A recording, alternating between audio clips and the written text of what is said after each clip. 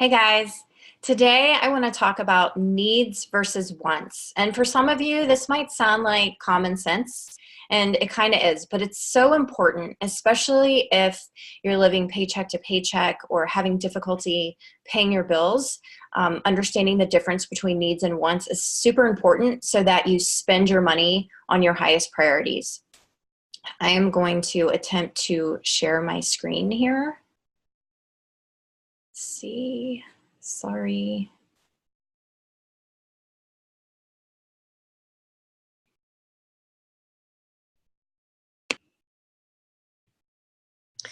Okay, so needs include things that we need for our basic survival. So things like food, basic groceries, our shelter, and anything that goes along with maintaining our shelter. So paying, of course, the rent and the mortgage, but also any taxes, paying to keep the lights on, and insurance to insure the contents or the structure.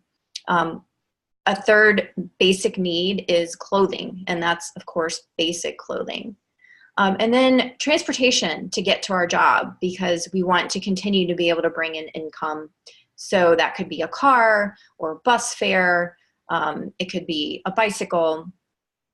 We need a way to get to our jobs. And then the fifth thing, some people have extremely important medication that they need to have to sustain life, like things like insulin. So obviously that would fall under a basic need. And then we have everything else that falls under the wants category, things like eating out at a restaurant or even eating prepared food from, say, a grocery store, fancy clothing, a new or a late model car, or if you can walk to work or bike to work, or you're on the bus route, then even having a car may be a want. Subscriptions and memberships, gifts.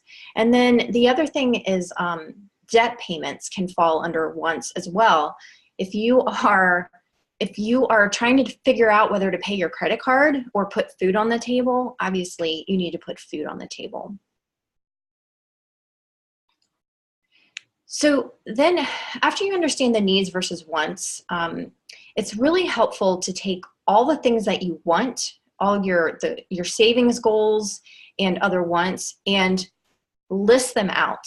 Just free for all, brainstorm, list them all out like I've done here. So I've got some travel and subscriptions, becoming debt-free, eating out, gifts, going to the gym, all of those. So I listed them all. And then once you have your list, you need to then prioritize them. So what you're going to do is you're going to put the most important thing at the top of your list, and then the second most important thing, until you have all of your wants and savings goals listed in priority order with the most important at the top.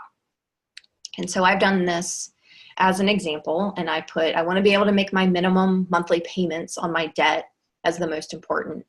Becoming debt-free is next important. And then I want to eat out, and I've listed all the other ones here.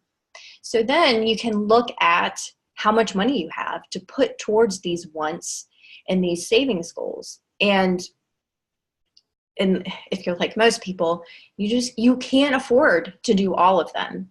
So you'll need to draw the line. And I mean, like, literally draw the line where you can't afford anymore. So in this example, I drew the line under the gym. So I can afford everything 1 through 5, but then 6 through 9, it's going to have to wait because I just don't have the money coming in to support everything that I want and everything that I want to save for. The other day in one of the groups that I'm in, someone listed out their budget and put every single line item in there with the amount they were spending. And they said that they wanted help because they couldn't afford to pay for groceries for the month. And so she put a note there at the bottom that said, but I need help, but here are the things that are non-negotiable in my budget. Swim lessons for my kids, our gym membership, and our vacation savings. So here's somebody who couldn't put food on the table that month, but wasn't willing to stop swim lessons, the gym, or saving for a vacation. And so that's why I thought, gosh, we really need to have this conversation about needs versus wants, because to me, it was really clear that your child is going to be upset if he can't go to swim lessons, but he's going to be ill and even more upset if he can't eat. So we really need to have our priorities set. Once those basic needs are covered, then we can pay for those wants. And then another thing that came up yesterday in one of the groups was someone said, I'm in debt, but I just booked a cruise for my family. And here's the really important part. They paid cash. So they didn't go deeper into debt to book that cruise. And they said, should I cancel it?